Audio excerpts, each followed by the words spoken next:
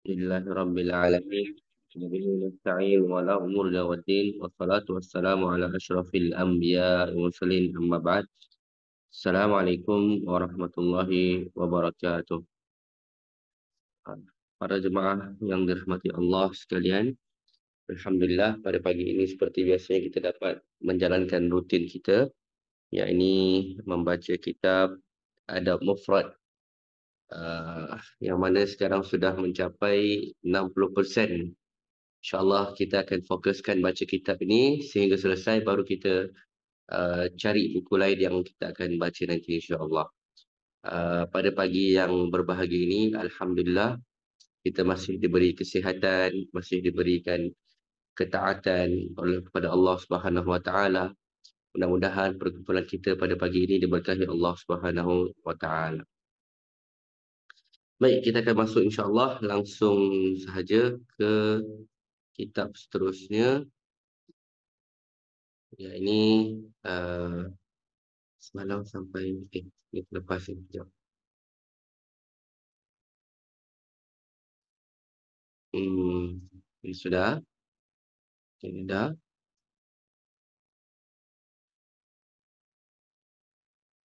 Okey, sampai sini mungkin. Baik. Hadis apa tentang bab 341, babul hadhi wassamti al-hasan, petunjuk dan metod beragama yang baik. Baik. Banyak daripada kita sekarang yang menganggap agama ni sebagai nombor 2 atau bahkan nombor 3, nombor 4 daripada kepentingan hidup. Sebagai contoh, ketika kita akan berdoa selepas kita ditimpa musibah. Kita akan berdoa lepas kita mula sakit. Lepas kita dah pergi doktor apa semua, baru kita dah menyerah, baru kita berdoa. Lepas kita dah lakukan kewajipan kita dalam mencari rezeki apa sebagainya, dah tak ada jalan, baru kita berdoa. Ini tanda bahawa kita menganggap agama ini bukan bahagian terpenting dalam kehidupan kita. Walhal sebenarnya agama mencakupi segala aspek dalam kehidupan. Bagaimana kita makan, bagaimana apa yang kita minum. Kita tak boleh minum arak, kita tak boleh makan khinzir, kita tak boleh bermuamalat dengan muamalah ribawiyah sebagai contoh, muamalat yang haram. Kita tidak boleh dalam berjalan tidak boleh melihat yang haram atau mendengar dan perkara-perkara yang sebagainya. Ini maksudnya agama mencakupi segala aspek dalam kehidupan kita. Bahkan dalam berpolitik sekalipun, bahkan dalam bekerja sekalipun, dan segala-galanya mencakup aspek kehidupan kita. Bukan hanya kita ambil sekali sebahagian. Banyak orang Melayu kita, dia ambil rasuah. Tapi dia tak makan khinzir, tapi dia minum arak. Ada orang Melayu, orang Islam kita macam tu. Atau dia tak minum arak, tapi dia ambil rasuah. Walhal dalam agama, itu mencakupi segala aspek dalam kehidupan kita. Setiap langkah kita, kita nak keluar, ada doa, ada bismillahirrahmanirrahim, mencari rezeki, ada hadis dia. Yang ini seakan kita mencari rezeki yang halal, seakan kita berjihad di jalan Allah Subhanahu Wa Taala, memberi makan dan sedekah, infak kepada ahli keluarga kita lebih baik dan sebagainya. Ini menunjukkan bahawa kita memerlukan agama ini dalam setiap saat, setiap nafas yang kita hembuskan. Sampai kita mati akan ditutup dengan agama. Yang ini kita akan dimandikan.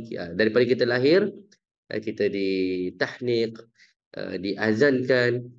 Kemudian sampai kita mati, kita akan dimandikan dan dikafankan. Baik, kita masuk kepada hadis ini yang menunjukkan bagaimana beragama dengan yang baik. Abdullah bin Mas'ud pernah berkata, ini agak panjang, saya baca langsung hadisnya.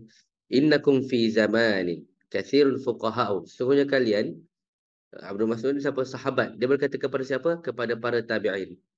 Sesungguhnya kalian sekarang berada satu zaman di mana orang yang berilmu masih banyak, sedangkan tukang ceramahnya sedikit.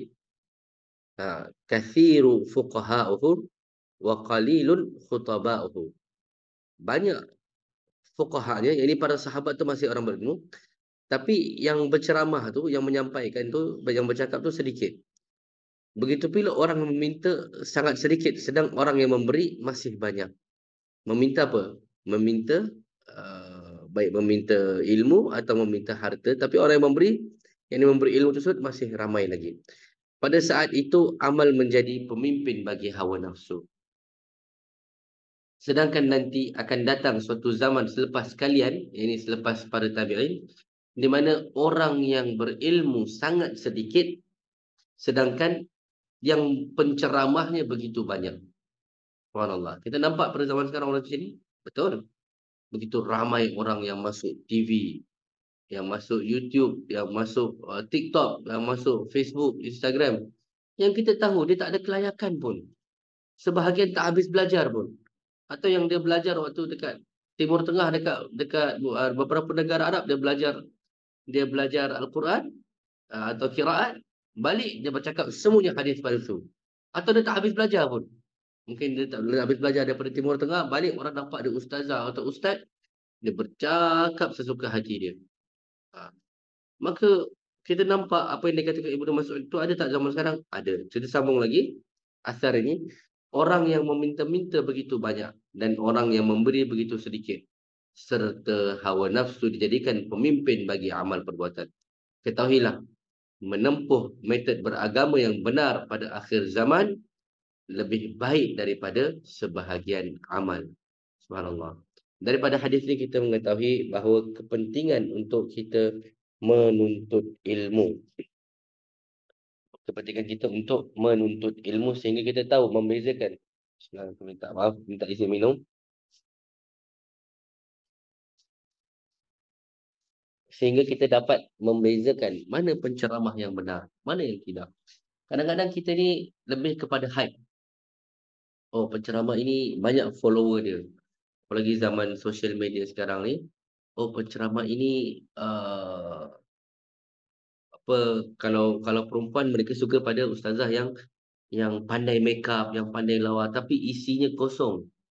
Balik-balik bercakap pasal isi hati, pasal fadail amal. Kan tak salah cakap pasal hati, tidak. Tapi itu yang lebih penting dari itu ada. Yang ini pasal akidah. Dan tak ada masalah. Kita ada tazkiyatun nufus kita. Tazkiyatun nufus kita daripada hadis-hadis sahih, daripada ayat Al-Quran, daripada tafsir-tafsir para salaf yang terdahulu, ulama yang terdahulu. Itu yang sepatutnya kita ikuti. Tapi untuk buat kajian, untuk mengajar, contohnya kita nak cakap pasal tazkiyatun nufus, pasal apa? Pasal akhirat, pasal alam kubur. Itu orang nak mengkaji tu, ustaz atau ustaz nak mengkaji tu, makan masa berjam-jam, sedangkan dia cuma menyampaikan tak sampai sejam, 30 minit, 40 minit dekat depan orang ramai. Tapi kalau kita bercakap sikit-sikit apa yang kita dengar, oh, daripada orang lain, lepas tu tinggal cakap, oh ini ada kisah, wali ini boleh terbang. Aku macam sedap dengar kan. Dan pengikut pun suka. Jadi tak payah buat research pun, senang untuk bercakap. Inti dia yang ingin saya katakan, zaman yang dikatakan oleh Ibnu Mas'ud itu berlaku tak sekarang? Berlaku dan ramai dan sangat disayangkan sekali. Dan kita sekarang yang menuntut ilmu ni hendaklah memilah-milih. Dia macam ni. Saya selalu gambarkan, kalaulah orang tu sakit, dia salah pilih doktor, dia pergi doktor yang tak ada ilmu, dia akan bertambah sakit. Kalaulah coach badminton, orang yang pemain badminton yang hebat, dia dapat coach yang tak hebat, yang asal boleh je, maka walaupun dia pandai main badminton, dia akan tetap kalah dalam setiap permainan dia. Begitu juga main bola. Siapa yang kat sini laki-laki suka bola, semua tahu. Kelab sebesar apa pun, contoh je lah Manchester United sekarang ni, kan, ganti pelatih, pelatih dia tak betul, tetap walaupun pemain dia hebat-hebat, tetap tak hebat pemain tersebut. Minta maaf kalau ada, saya ni tak suka bola sangat. Saya suka main bola, saya tak suka kelab bola. Tapi adalah ikut dengar-dengar cerita daripada kawan-kawan. Cuma yang ingin saya katakan, ini gambaran dia. Kalau postman, tahu postman yang hantar surat tu, salah hantar surat, maka salahlah surat tersebut tak sampai kepada tempat alamat yang ditujukan. Tetapi kalau kita salah ustaz, bahaya. Kita salah ustazah, bahaya. Kerana apa? Mereka akan menunjukkan syurga atau neraka kita. Mereka tunjuk, marilah kita buat sini, kita goleng-goleng, kita giling-giling, kita angguk-angguk, contoh. Hati ni boleh, kita baca je amalan ni. Walaupun hadis tidak sahih, kita tetap baca, tak ada masalah. Contoh, kalau dia pergi ke neraka, kita akan ikut dia pergi ke neraka. Hati-hatilah. Kalau dia bawa kita ke syurga, maka ikutlah.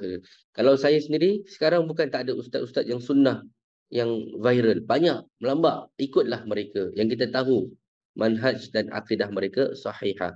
Tapi bukan bermakna ustaz-ustaz yang dekat kampung, bilal-bilal, siap-siap dekat masjid. Kalau dia menyampaikan hadis yang sahih, maka ikutilah. Lebih baik daripada ustaz yang memiliki jutaan follower, tetapi dia menyampaikan hadis yang tak sahih. Allahu a'lam. Baik, kita masuk kepada hadis berikutnya.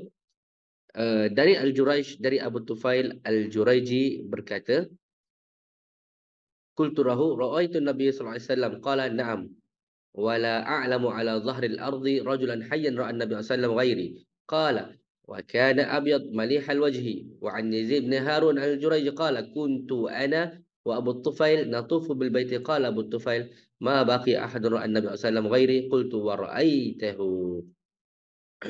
Qultu na'am kaifa kana. Qala kana abyad malihan muqassadan. Maksudnya aku Al-Jurayj bertanya kepadanya, apakah engkau melihat Rasulullah SAW? Dia menjawab, benar. Dan aku tidak tahu seorang pun di permukaan bumi yang masih hidup dan melihat Rasulullah SAW daripada diriku. Kerana waktu itu dah akhir-akhir zaman. Dah akhir-akhir masa-masa para sahabat dah banyak yang meninggal dunia. Maka aku tak tahu, yang aku tahu tak ada orang hidup sekarang yang melihat Rasulullah SAW selain diriku. Maka Abu Dufal berkata, baginda yang Rasulullah SAW berkulit putih dan berwajah tampan.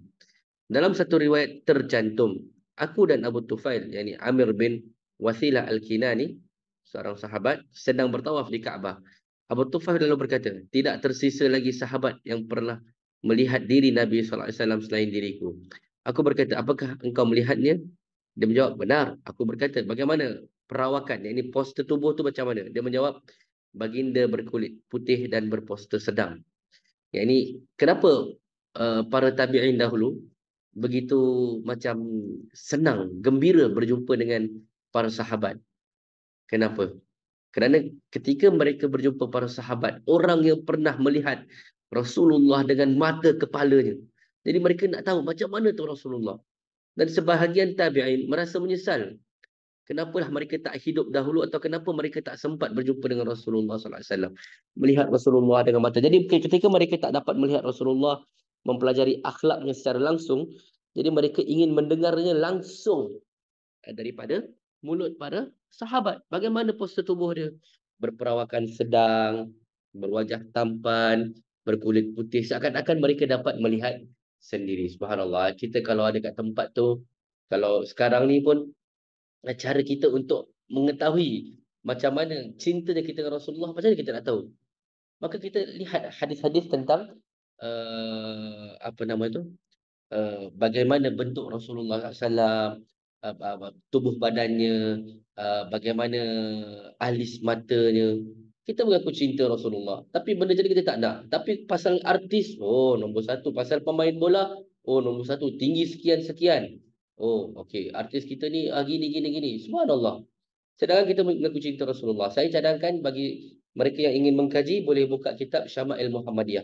Kat sana ada disusun tentang apa namanya, perawakan atau postur tubuh Rasulullah SAW, dadanya bidang, orang yang tak terlalu tinggi, tak terlalu rendah, bulu matanya bercantum, matanya sangat tajam, orangnya tampan, subhanallah, rambutnya sekian dan sekian, boleh dibaca di sana. Baik, kemudian kita masuk ke 791. Ibnu Abbas berkata, Rasulullah sallallahu alaihi wasallam bersabda, al-hadyus salih was-sumtu salih wal iqtisadu juz'un min 25 juz'an min an-nubuwah. Petunjuk dan metod beragama yang benar dan moderat merupakan salah satu bahagian daripada 25 bahagian kenabian. Baik. Daripada dua ni, saya cuba baca ada syarah dia tak?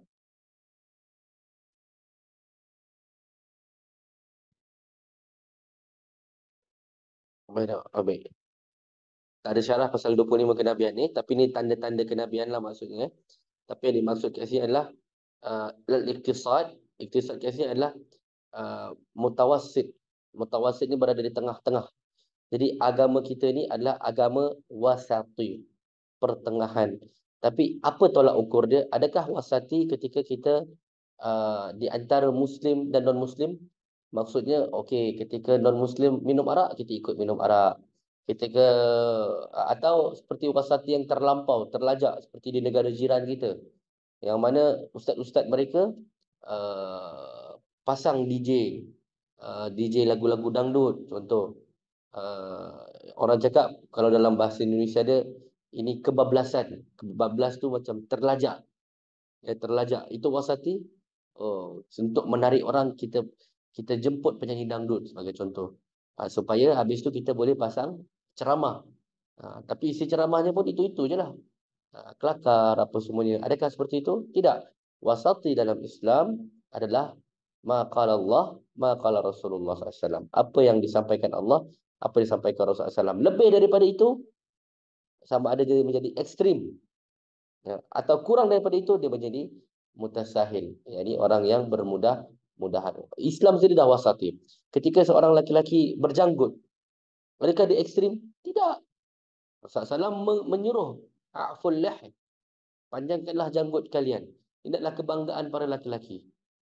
Sebagai contoh, ketika seorang wanita memakai hijab yang labuh, adakah mereka ekstrim? Tidak. Itu adalah wasati dalam Islam untuk melindungi mereka. Orang sekarang pakai tudung sebagai contoh, nampak dadanya, nampak lekuk tubuh dadanya. Katanya, oh, kita tak nak ekstrim, saya nak biasa-biasa je. Oh, nanti orang nak masuk syurga biasa-biasa je. Tak ada. Wasati dalam Islam adalah orang yang memakai hijab yang syar'i. Tujuan daripada hijab untuk apa? Supaya nampak cantik. Tidak. Tujuan daripada hijab adalah untuk melindungi wanita daripada penglihatan laki-laki. Kalau dia pakai hijab malah menjadi tarikan pandangan laki-laki yang lain, maka telah hilanglah makna daripada hijab, yakni penutup. Inilah wasati dalam Islam. Maka Aisyah radhiallahu anha pernah berkata, semoga Allah merahmati para ansar, wanita-wanita ansar. Ketika turun ayat hijab, mereka ambil cadar-cadar langsir-langsir mereka, kain-kain tilam mereka, lalu diletak dekat kepala mereka, sehingga terlihat bagaikan ada gagak, burung gagak dekat atas kepala mereka. Maksudnya nampak tak cantik langsung. Betul-betul untuk menolak. Kenapa Islam mewajibkan hijab? Oh, saya tak nak hijab lah, nak ekstrim, saya tak nak pakai tudung lah. Saya Islam tapi saya tak nak pakai tudung, biasa-biasa je. Adakah seperti itu? Wasati pertengahan, biasa-biasa? Tidak.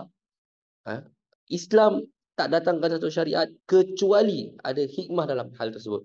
Kerana wanita ketika keluar, syaitan ikut belakang dia.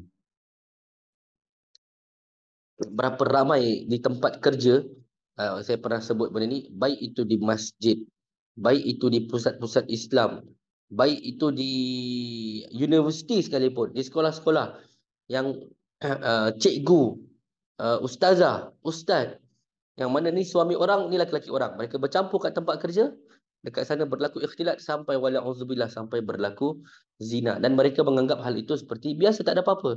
Walhal Islam datang daripada pertama menjaga kehormatan wanita daripada diperlakukan seperti itu. Dan ghirah ni apa? Rasa cemburu seorang laki-laki daripada isterinya ditampilkan di hadapan umum, itu adalah suatu benda yang terpuji. Pernah Sa'ad, seorang sahabat, itu mengatakan, lau ra'aitum ra'ati, kalau aku melihat wanita aku, isteri aku, bismillah, bercakap-cakap, bergelak-gelak, bergelak ketawa dengan laki-laki yang lain, akan aku potong lehernya dengan pedang. Rasulullah dengar benda tu, Rasulullah puji. Ara'aitum ghirat Sa'ad, kalian tak melihat ke kecemburuan Sa'ad? Rasulullah puji. Dan percayalah, aku ni, kata Rasulullah, lebih cemburu daripada dia, dan Allah lebih cemburu daripada kita semua. Subhanallah. Ini menunjukkan bahawa ghirah, cemburunya seorang lelaki itu adalah benda yang baik, yang berpahala, yang mulia di sisi agama. Maka kalian para wanita yang ada di sini yang memiliki suami yang cemburu, ketahuilah benda itu adalah hal yang baik. Benda itu adalah benda, tapi bukanlah cemburu buta. Cemburu yang seorang wanita sekarang dibiarkan anak-anak perempuannya tampil di social media, anak-anak wanita yang dah balik lah, tampil di sosial media, joget-joget, atau bahkan berdakwah. Bahkan kalau dia ustazah sekalipun tampil, manakah kecemburuan suami dia? Dah hilang inti daripada hijab, yang ini menutupi daripada dan dilihat oleh orang ramai. Antum boleh lihat Ana, nampak macam, wah ini mutasyaddid. Bukan, ini bukan syadid. Inilah wasati dalam Islam. Inilah pertengahan dalam Islam. Dan hal-hal yang serupa dengannya. Baik, kita masuk kepada hadis berikutnya. Ikrimah ni anaknya Abu Jahal berkata, salah seorang sahabat Rasulullah SAW yang menjadi kesayangan Rasulullah SAW selepas dia masuk Islam. Walhal dia dulu musuhi Islam, anaknya Abu Jahal. Tapi lepas dia masuk Islam, dia menjadi orang yang disayangi oleh Rasulullah SAW, dan dia mencintai Rasulullah SAW lebih daripada kita ni. Kalau bercakap pasal Rasulullah ni, macam mata tu macam nak mengalir je, sebab kita ni cinta pada Rasulullah SAW. Kita tak boleh rasa hidup pada zaman Rasulullah, tapi kita mendengarkan hadis-hadis dari orang-orang yang bersekretariat, seakan-akan kita berada kat zaman tersebut. Mudah-mudahan pertemuan kita ni diberkahi kerana kita mencintai Rasulullah SAW. Baik, sa'altu Aisyah radhiyallahu anha. Aku bertanya kepada Aisyah radhiyallahu anha, hal sami'ti Rasulullah sallallahu alaihi wasallam yatamathalu syi'ran qad? Faqalat ahyanan idza dakhala baitahu yaqulu wa ya'tika bil akhbar ma lam tuzawwidi. Aku bertanya kepada Aisyah, apakah engkau mendengar Rasulullah sallallahu alaihi wasallam menyenandungkan syair? Ya, Rasulullah SAW, adakah dia membaca syair? Kan syair kita ada kata seperti qasidah, syair adalah hal-hal yang diperbolehkan. Maka Aisyah menjawab radhiyallahu anha, kenapa dia tanya pada Aisyah? Padahal Ikrimah ni kira antara orang yang rapat dengan Rasulullah SAW. Kerana Ikrimah masuk Islam dia terlambat. Kita tahu sampai akhir hayat penaklukan kota Mekah tu dia masih lari lagi. Dia masih lari lagi sampai ke Yaman sana. Sampai akhirnya isterinya tu meminta jaminan dari dia pemusuh Rasulullah, anaknya Abu Jahal. Abu Jahal tu Fir'aunnya zaman ini. Jahatlah kira-kira kata. Dan Ikrimah lari. Maka ni kisah sebentar. Saya baca pasal Ikrimah. Ikrimah ni subhanallah. Saya kalau baca pasal kisah Ikrimah ni nak nangis. Jadi Ikrimah ni diminta, isterinya meminta keamanan jiwa. Banyak orang dendam dengan Ikrimah. Ikrimah sampai akhirnya musuh. Jadi orang nak bunuh Ikrimah. Ikrimah lari. Jadi isterinya meminta jaminan jiwa. Bila Rasulullah dah jamin, para sahabat tak berani nak sentuh dia kan. Maka isterinya kejar sampai dia dah nak naik kapal dekat Yaman sana, nak semberang ke Afrika. Maka kata isterinya, wahai Ikrimah, sampai mana kau nak lari? Islam akan datang menemuimu. Maka baliklah, pulanglah ke Mekah. Rasulullah sudah menjamin jiwamu. Maka akhirnya Ikrimah ni, subhanallah, dia masuk Islam dan menjadi seorang Muslim yang taat. Subhanallah. Dan sampai akhir hayat dia mati syahid dalam perang Yarmouk kalau tak silap, di melawan Romawi. Kat situ umat Islam, Rasulullah dah wafat waktu tu. Jadi dia dihantar ke sana untuk berperang. Ketika sampai umat Islam dah dikepung oleh jumlah 200,000 kaum Nasrani, yakni oleh Romawi. Sedangkan jumlah Muslimin cuma 7 atau 8,000 waktu tu, seingat saya. Jadi dalam perang tu, Ikrimah cakap, siapa yang nak korbankan diri untuk pecahkan kepungan ini, supaya kita dapat syahid. Waktu tu ketuanya adalah Khalid Al-Walid. Khalid Al-Walid cakap, dia marah. Wahai Ikrimah, kau jangan buat macam tersebut. Rugi bagi Islam. Dia kata apa? Ikrimah, dulu waktu Rasulullah masih hidup, aku berjuang untuk memeranginya. Biarlah sekarang aku mati berperang, mendukungnya, mendukung agamanya. Subhanallah. Dan Ikrimah berserta 400 orang daripada jumlah 7 atau 8,000 orang tu memecah kepungan, mengorbankan diri mereka, menyelamatkan sahabat-sahabat yang lain. Subhanallah, kisah ni sangat sangat baik. Saya kalau baca kisah ni asyik sedih je. Subhanallah. Bagaimana Allah dapat mengubah hati seorang yang sangat membenci Islam menjadi orang yang sangat mencintai Islam. Subhanallah. Kita kita ni subhanallah, subhanallah. Kita ni tak tahu hati ni boleh dibolak-balik oleh Allah Subhanahu Wa Taala bila-bila masa saja. Dalam hadis hati manusia ni berada di apa? Jari-jari Allah Subhanahu Wa Taala. Maka kita ada doa, Allahumma ya muqallibal qulub, tsabbit qalbi ala dinik. Allahumma ya musarrifal qulub, sarrif qulubana ila ta'atik. Ya Allah yang membolak-balik hati. Ya Allah yang mengubah-ubah hati. Ubahlah, balikkanlah hati kami dalam ketaatan dalam agamamu. Maka dalam cerita ni, Ikrimah ni, dia balik lagi pada hadis dia.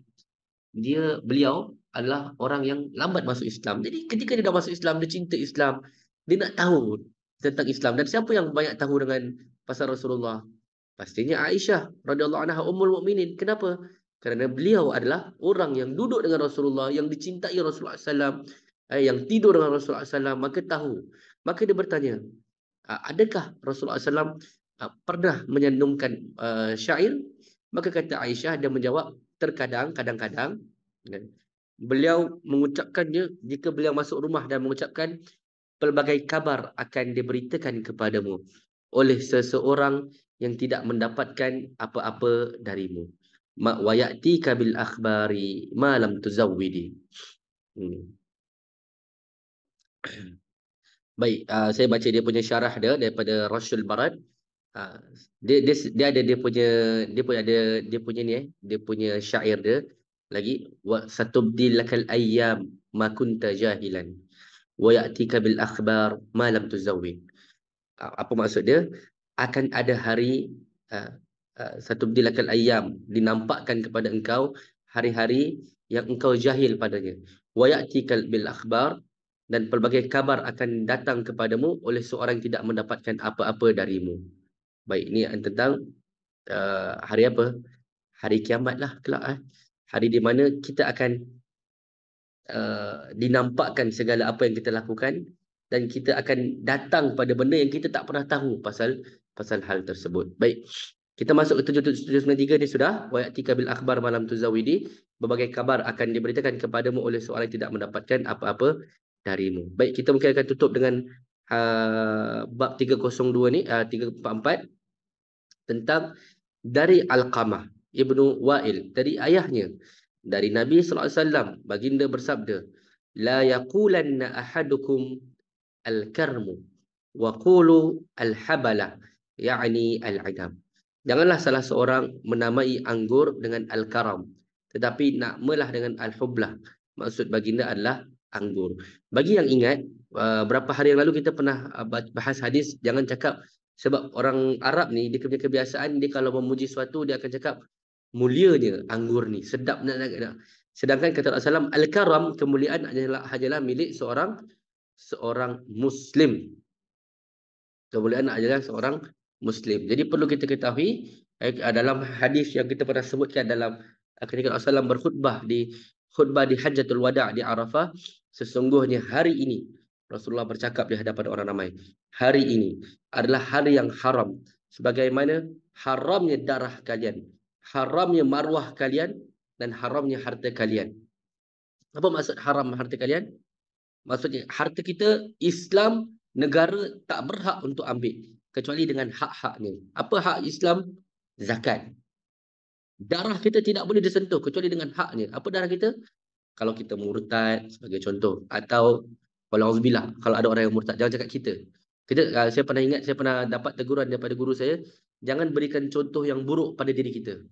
Contoh, berkata, Syekh, kalau aku mencuri tak boleh.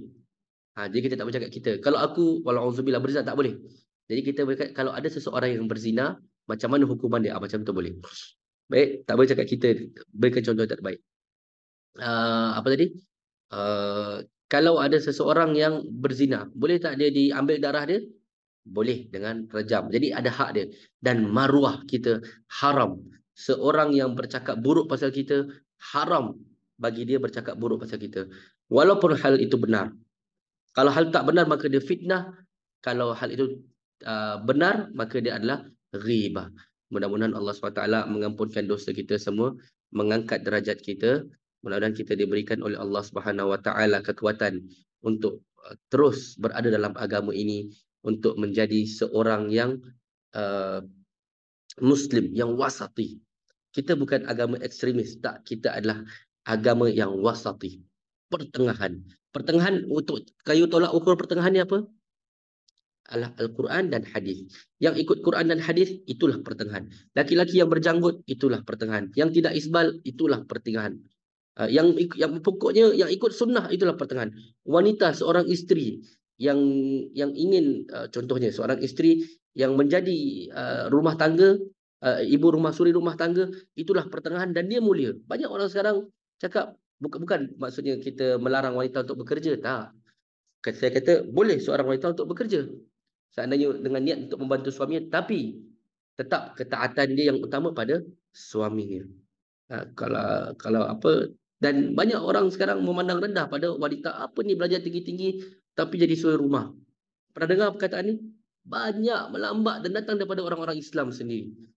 Saya boleh katakan 100% suri rumah tangga, jika dia ikhlas untuk menjaga suaminya, taat kepada suaminya, walaupun dia tak terkenal, jauh lagi baik daripada seorang ustazah yang sering tampil di TV.